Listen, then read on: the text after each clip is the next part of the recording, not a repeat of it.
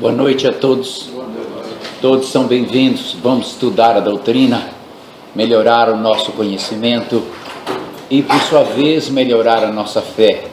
Nós precisamos de muita fé para vencermos as dificuldades aqui na Terra.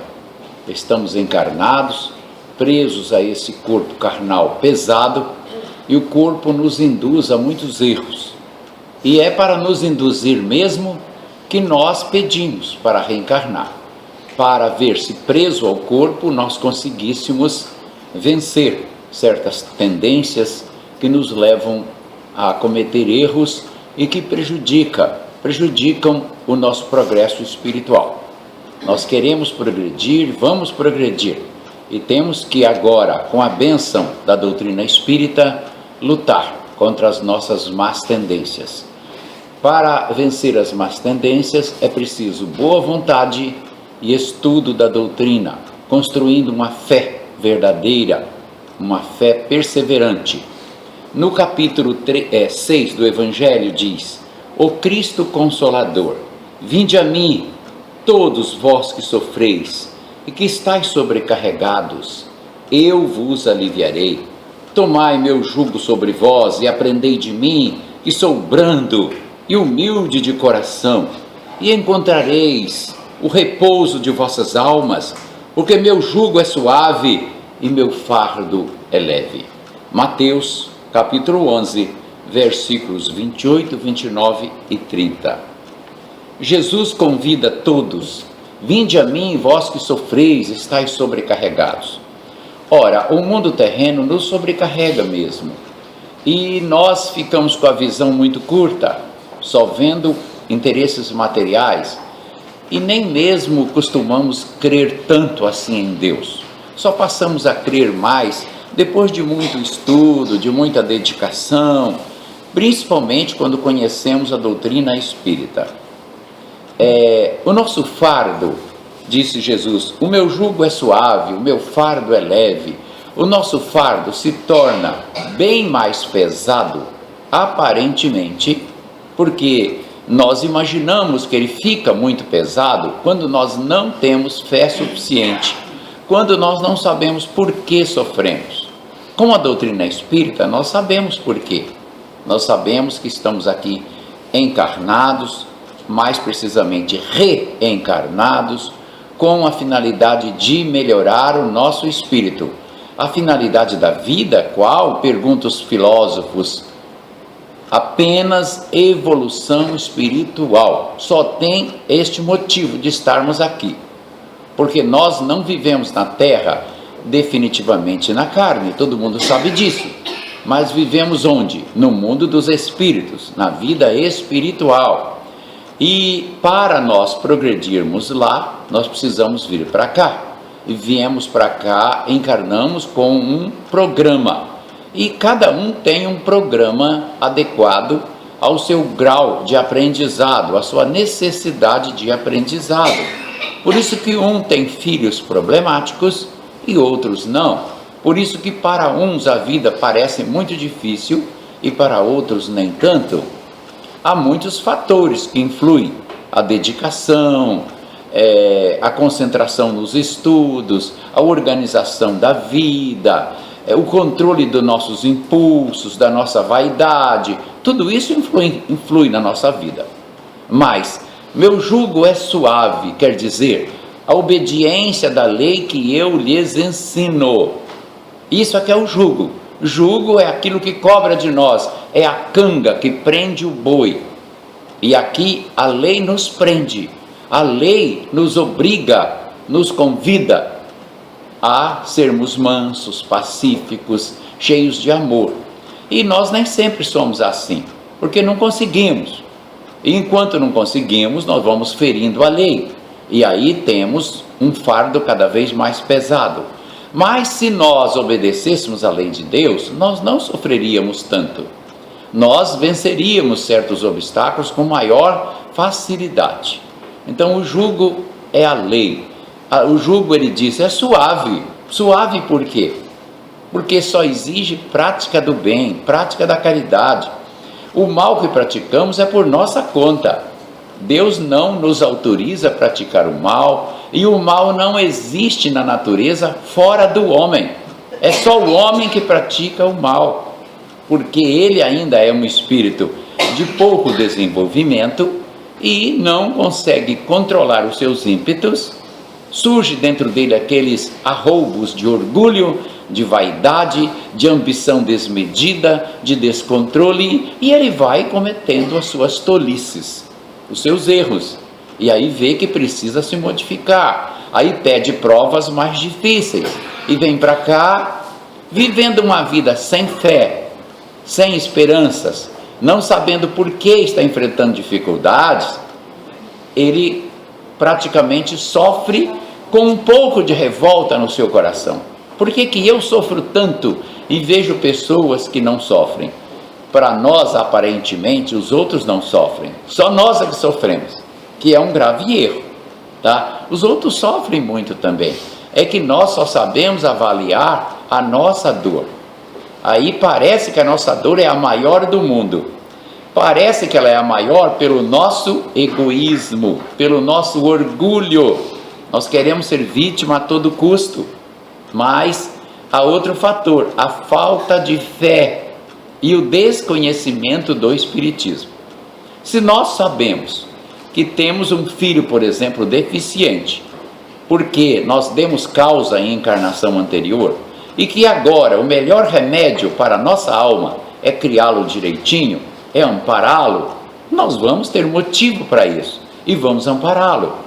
Não vamos nos queixar, e vamos ir à casa espírita, vamos praticar a caridade, harmonizando-nos com a natureza, tá? Buscando sempre nos transformar em pessoas melhores, todos os dias pessoas melhores, perdoando, evitando a valentia que nós costumamos apresentar, aquelas queixas constantes, evitando colocar as unhas de fora por qualquer coisa, enfim, nos controlando. E nós vamos progredindo. O jugo é suave, ou seja, o que a lei exige é suave, porque é prática da caridade, tá? Ele diz, meu fardo é leve para aquele que já aprendeu a amar. Quem não aprendeu a amar, acha o fardo muito pesado, porque comete equívocos, erros, e a natureza cobra, e tem que cobrar, para que possamos corrigir e voltar ao nosso caminho a Deus. Neste mesmo capítulo diz, se vós me amais e guardais meus mandamentos, eu pedirei ao Pai, e ele vos enviará outro Consolador, a fim de que permaneça convosco eternamente o Espírito de verdade, que o mundo não pode receber, porque não o vê e não o conhece, mas quanto a vós, vós o conhecereis, porque permanecerá convosco e estará em vós. Mas o Consolador, que é o Santo Espírito, que meu Pai enviará em meu nome, vos ensinará todas as coisas e vos fará relembrar de tudo aquilo que eu vos tenha dito. João capítulo 14, versículos 15, 16, 17 e 26. Jesus promete um outro Consolador. Bem, a doutrina espírita é este Consolador.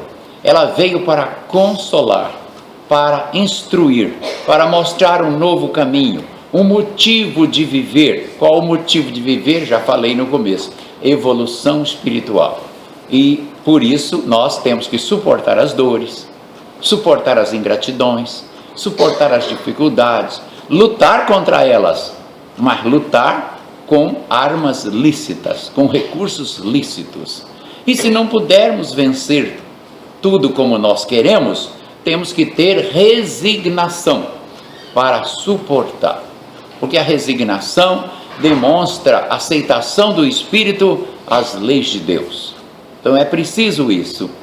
E saber por que estou aqui, para evoluir, e logo deixarei a carne? Sim, deixarei. Para onde irei?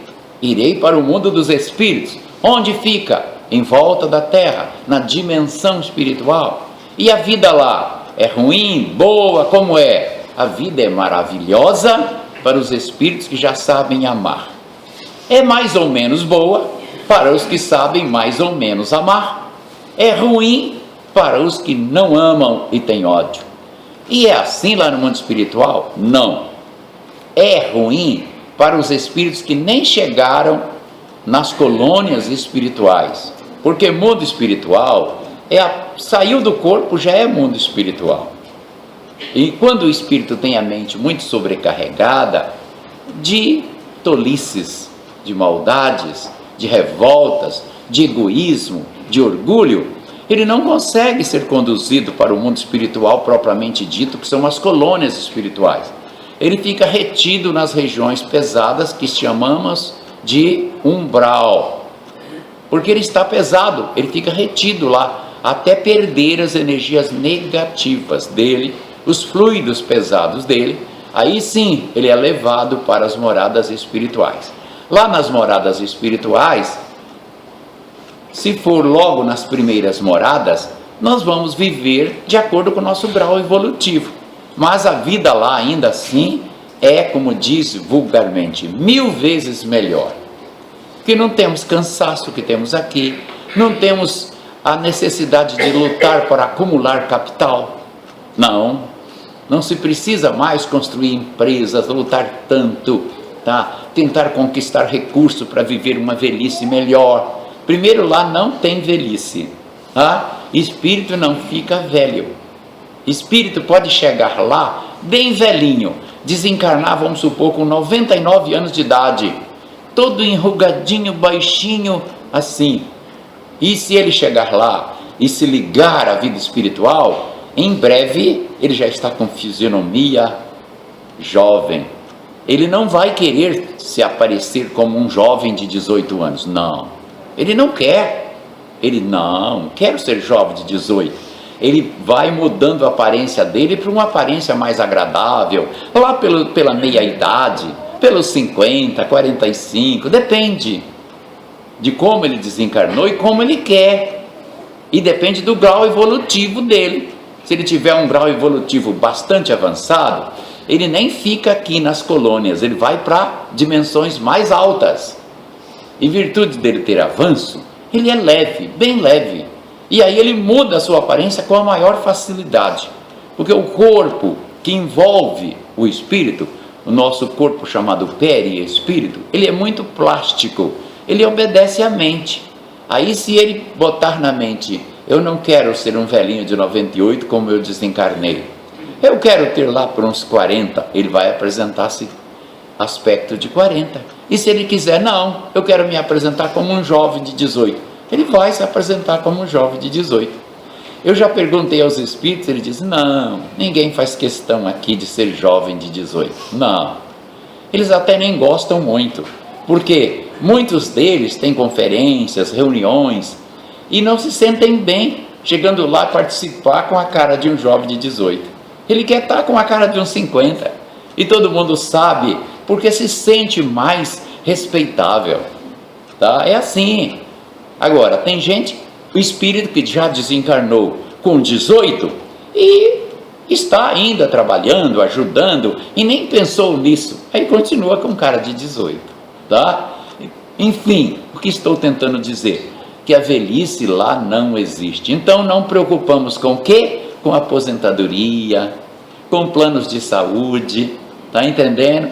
Com pagamento de casa própria, com compra de carro, troca de carro, lá não tem nada disso, nem mesmo a morte, ninguém morre, portanto não se paga plano funerário, que já é um bom lucro, não se preocupa com isso, a vida é outra, e lá se viaja com a mente, os que já conseguiram aprender, porque há espírito que não sabe ainda, ele vai com a mente sem ele saber. Ele lembra, ele está lá e lembra de uma outra pessoa com muita ênfase. Quando ele nota, ele está ao lado da outra pessoa, mas ele não sabe como chegou lá, porque ele não conhece. Mas os que conhecem, os que estudam, não. Eles dizem assim, está acontecendo um evento lá no Japão, agora, em Tóquio. Vou olhar como está. E zup, já está lá. Porque ele sabe ir para lá. E ele diz, ora, bem nesta hora, 7:45 da noite, domingo, tem trabalho lá no Luz de Caritas, em Ananindeua, estado do Pará, na Grande Belém. Ele diz, eu vou lá agora ver. E vem, zup, com a mente, já está aqui. Isso não é bom? Isso é ótimo. O avião que eles tomam não cai. Lá existem aparelhos que nós chamamos vulgarmente de aeróbus, mas na verdade, como lembra meu amigo Dízio Guerra, são naves para voarem, naves do mundo espiritual. E quando se viaja naquelas naves, não se tem o medo que se viaja de avião aqui, tanto quanto viajamos de avião aqui. Embora a queda do avião aqui seja tão pouca, perto do número de voo, que não precisa ter nenhum medo.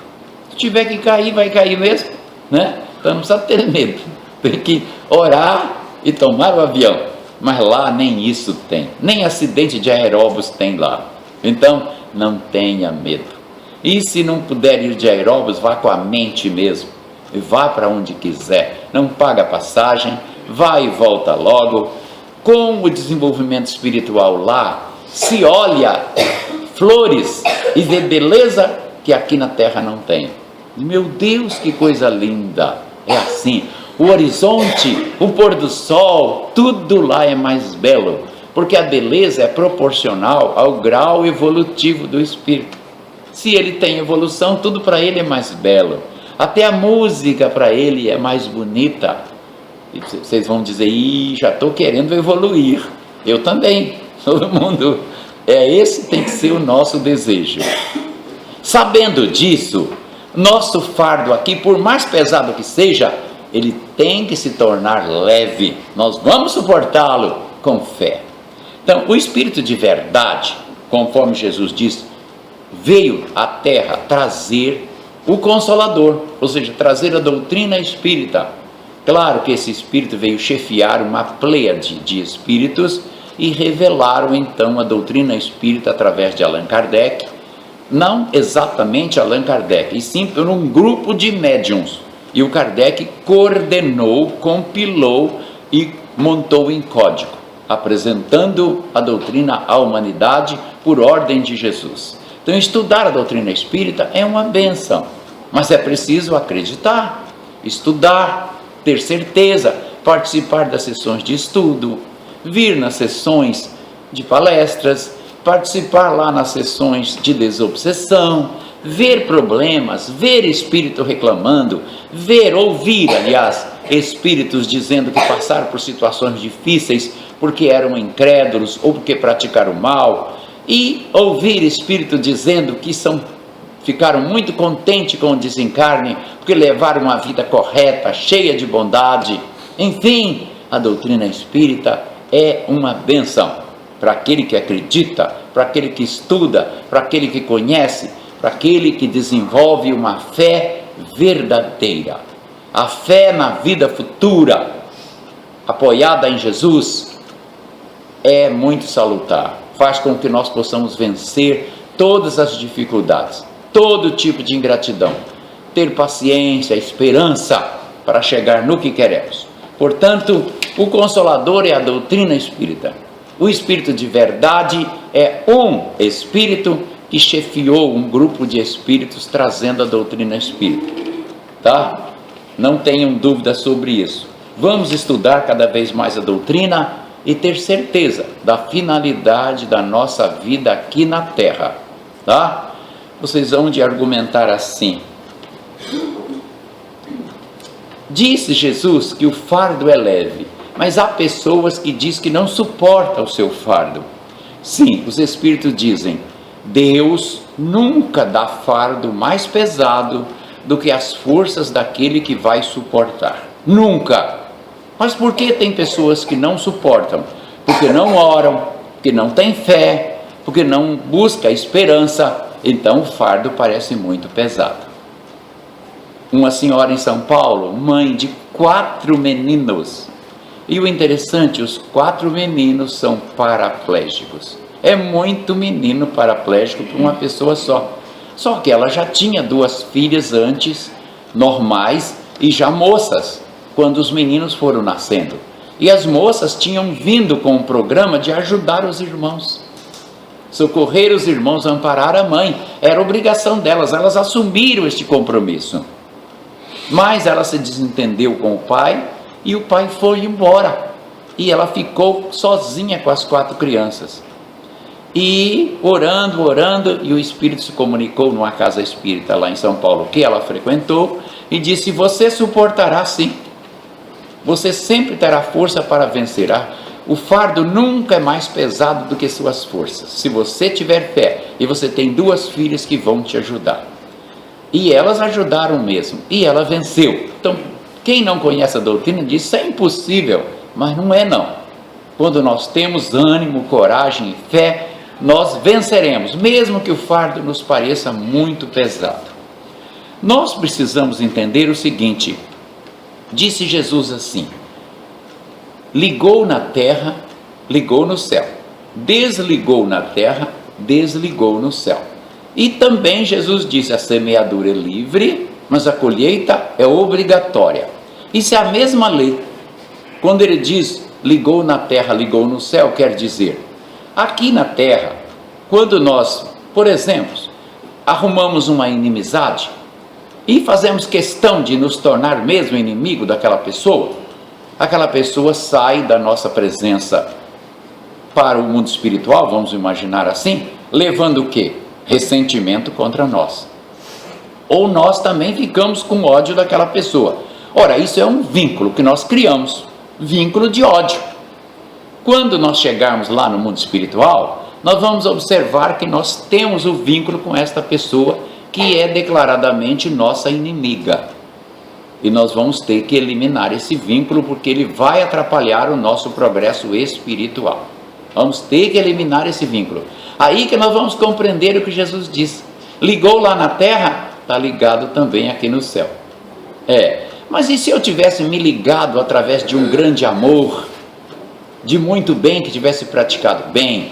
Vínculos de amor também são vínculos, é o verdadeiro vínculo, mas ele não escraviza, ele não judia, ele não provoca dor, só provoca alegria. Então não é desse vínculo que estamos falando do vínculo que dói, do vínculo que faz a gente sofrer. Existe uma lei chamada lei de causa e efeito, que a natureza apresenta a nós. Você fez o outro sofrer, então vai sofrer também. Só há uma maneira de não sofrer: praticar muita caridade. E diz a irmã Rosália aqui certa vez: não pense que praticar ninharia de caridade vai te levar ao céu, não. É preciso praticar muita caridade para harmonizar o nosso espírito à desorganização que ele provocou, prejudicando o próximo. Então ligou na terra, ligou no céu, e nós sabemos disso agora. Então não vale a pena criar inimizade à toa, e sim procurarmos ser tolerantes, o máximo que puder, tá? Disse também Jesus: vós sois o sal da terra. Se o sal perder o sabor, de que servirá, senão para ser jogado fora e os porcos o pisarem? Então, o sal quer dizer, ele disse isso para os apóstolos. Ora, nós que procuramos seguir Jesus, temos a obrigação de sermos o sal. Nós não conseguimos ser, mas devíamos ser. O sal, o que é o sal? O sal protege das impurezas e dá o sabor ao alimento. E Jesus fez uma comparação dizendo: o verdadeiro cristão, onde ele estiver, ele tem que evitar problemas, evitar arengas, evitar inimizades, evitar dissabores e agir com bons conselhos, com tolerância. Por isso ele é o sal da terra. Ele vai dar um sabor melhor à vida e vai evitar contaminações. Não é isso que o sal faz? Ele dá sabor à vida e evita a contaminação. E é isso que o verdadeiro cristão deve fazer. O verdadeiro cristão é o verdadeiro espírita. Em outras palavras, o verdadeiro espírita é o verdadeiro cristão. Então, no local de trabalho, aquele colega chato, trate de aturá-lo, orar por ele, ir devagarzinho, falando com ele, dê um livro espírita para ele, dá um jeito. Não entre em desacordo com ele assim, à toa, por pouca coisa. Não! Lembre-se, vós sois o sal da terra. Você tem que dar sabor à vida e evitar contaminações. Não jureis, também disse Jesus, não jureis por nada que há debaixo do céu, nem sobre a terra, nem debaixo da terra, mas que o vosso dizer seja sim, sim, não, não. Por que Jesus disse isso? Ocorre o seguinte, as pessoas precisam entender bem. Na época, o povo de Israel ainda trazia uma tradição, e o Sinédrio ia fazer julgamentos de intrigas, de crimes, de, claro, desacerto entre o povo. E às vezes vinha uma testemunha e dizia, você viu fulano de tal cometendo aquele desatino? Aí o cidadão, é ele mesmo. Você tem certeza que é ele? Tenho, foi ele mesmo, foi ele que eu vi praticando aquele ato lá. Aí o Sinédrio via, os julgadores do Sinédrio notavam que ele não tinha muita certeza. Aí chamava ele e dizia, pela última vez vamos te perguntar, você jura que é ele? Em nome de Deus? Se ele dissesse, eu juro em nome de Deus que é ele, pronto, o Sinédrio aplicava a condenação, porque ele jurou em nome de Deus que é ele, não tem dúvida. E muitos falavam isso sem ser verdade. Queria ver o sujeito condenado e dizia, eu juro em nome de Deus. Então jurar em nome de Deus era uma coisa grave entre os judeus, levava a pessoa à condenação.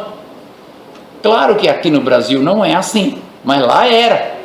E Jesus então lembra, não jureis, ou seja, acabem com isso, por nada, nem que está sobre a terra, debaixo do céu, nem debaixo da terra, por nada, não jureis, mas que o seu dizer seja sim, sim, não, não, ou seja, tenha personalidade.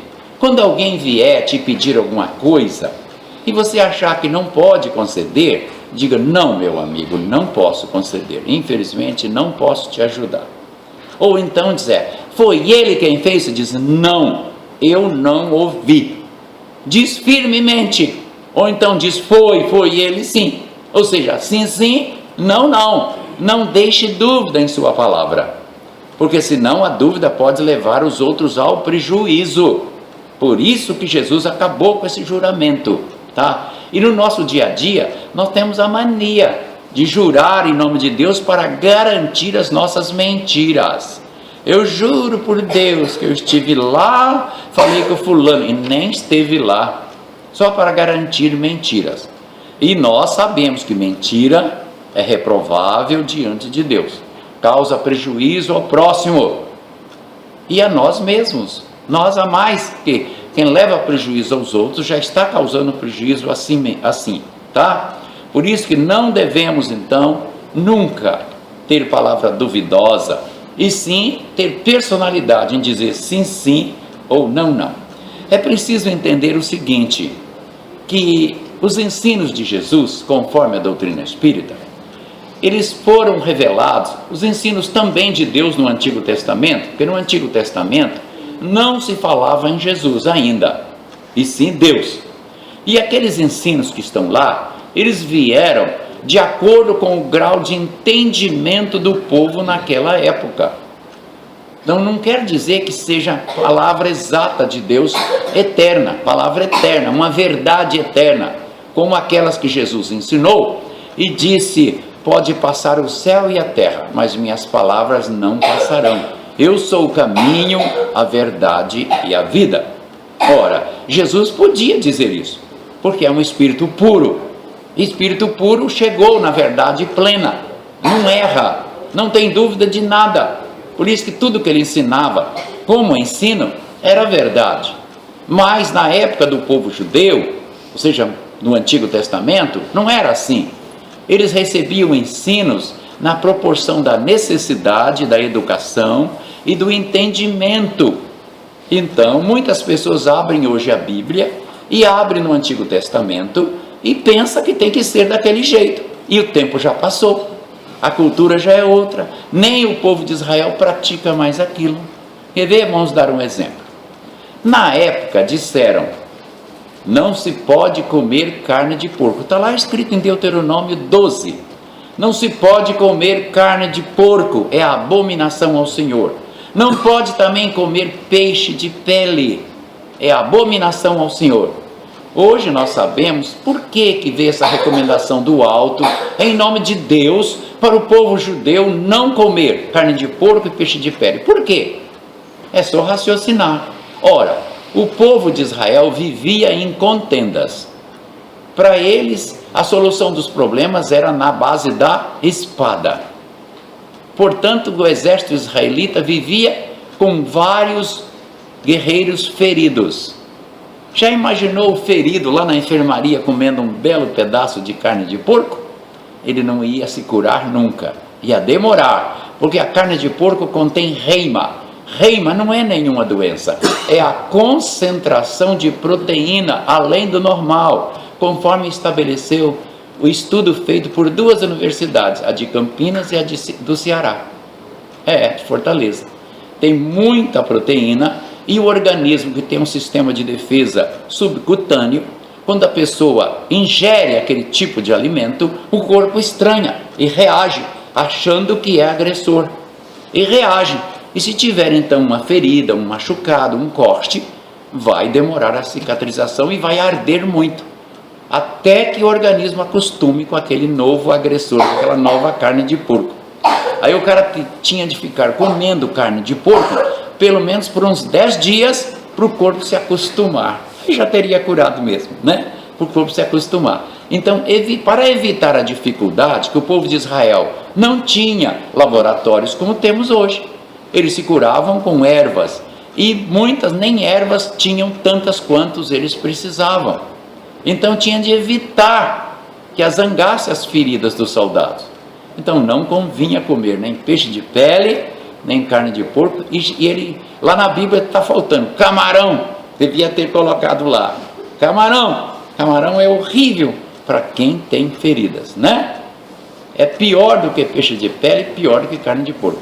Hoje nós sabemos que isso não tem sentido. Jesus disse: o que faz mal é o que sai da boca, não é o que entra. Quer dizer, visando o bem do espírito. Mas naquela época eles estavam visando a proteção dos soldados israelitas. Então não se pode abrir no dia de hoje e ler tudo que está lá e achar que deve ser obedecido, né? Outro item que está lá: é abominação ao Senhor falar com espíritos, através, é claro, de médiuns que existiam naquela época. Ora, o povo de Israel chegou na terra e a vizinhança toda tinha mania de consultar os videntes, os cartomantes, e ninguém mais fazia outra coisa sem consultar os cartomantes. Então a direção do povo estava onde? Nas mãos dos videntes e cartomantes. A pessoa não assumia mais responsabilidade, e nem responsabilidade consigo e nem com a vida. Não, eu só vou namorar o Antônio se a vidente disser que posso. Eu só vou comprar tal coisa, comprar o bezerro do fulano, se o cartomante disser que é um bom bezerro. Já imaginou isso? Então, o que foi que Moisés fez? Proibiu. É proibido, é abominação ao Senhor. Ora, não tendo outro jeito, eles temiam a Deus, porque eles imaginavam que Deus era vingador, castigador, que era o Deus que Moisés passou, porque não tinha outro jeito. Era um Deus adequado ao desenvolvimento do povo de Israel, à cultura moral daquela época. Depois veio Jesus e disse que Deus é amoroso, perdoa 70 vezes 7, não castiga. É diferente mesmo. O Deus de Jesus não é o mesmo Deus apresentado por Moisés. Veja que mudou, e Deus não muda. Então o que é que está errado? O que é diferente aí? A recomendação espiritual. Quem lê ali diz: falar com o espírito é abominação. Mas o próprio Jesus subiu no Monte Tabor, acompanhado dos apóstolos Pedro, Tiago e João, se concentrou, e lá se apresentaram os espíritos de Moisés e de Elias diante deles. Se materializaram, foram vistos assim a olho nu. Moisés tinha vivido 1000 anos antes de Jesus, 1000 anos antes. E Elias tinha vivido 720 anos antes de Jesus. Portanto, Eram espíritos, né? Eram espíritos. Claro que Elias tinha vindo e reencarnou como João Batista. E quando desceram do monte, Jesus disse, eles perguntaram, mas Senhor, Elias está aí, e não era para Elias ter vindo? Ele veio e não reconheceram que era João Batista? Aí está bem claro que Elias era o próprio João Batista. Mas, que estou explicando isso? Quando alguém disser para vocês, Espiritismo é coisa do demônio, está lá no Deuteronômio 18, é assim que eles falam, não é? Enchem a boca, porque isso é coisa perigosa, pura ignorância. O próprio Jesus falou com o Espírito, Pedro falou com o Espírito, Paulo falou com o Espírito, e tantos outros, José falou com o Espírito, tudo, não há nada de errado nisso. E para falar com o Espírito é preciso ter mediunidade. A mediunidade é um dom que Deus distribui para as pessoas trabalharem, erigirem a fé, erigir a fé, construir a fé entre a sociedade que vive, trazer consolo para as pessoas. A mediunidade é uma bênção.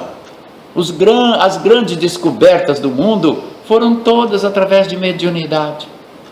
Todas, os grandes missionários do mundo eram médiuns inspirados e a espiritualidade os conduzia para o acerto.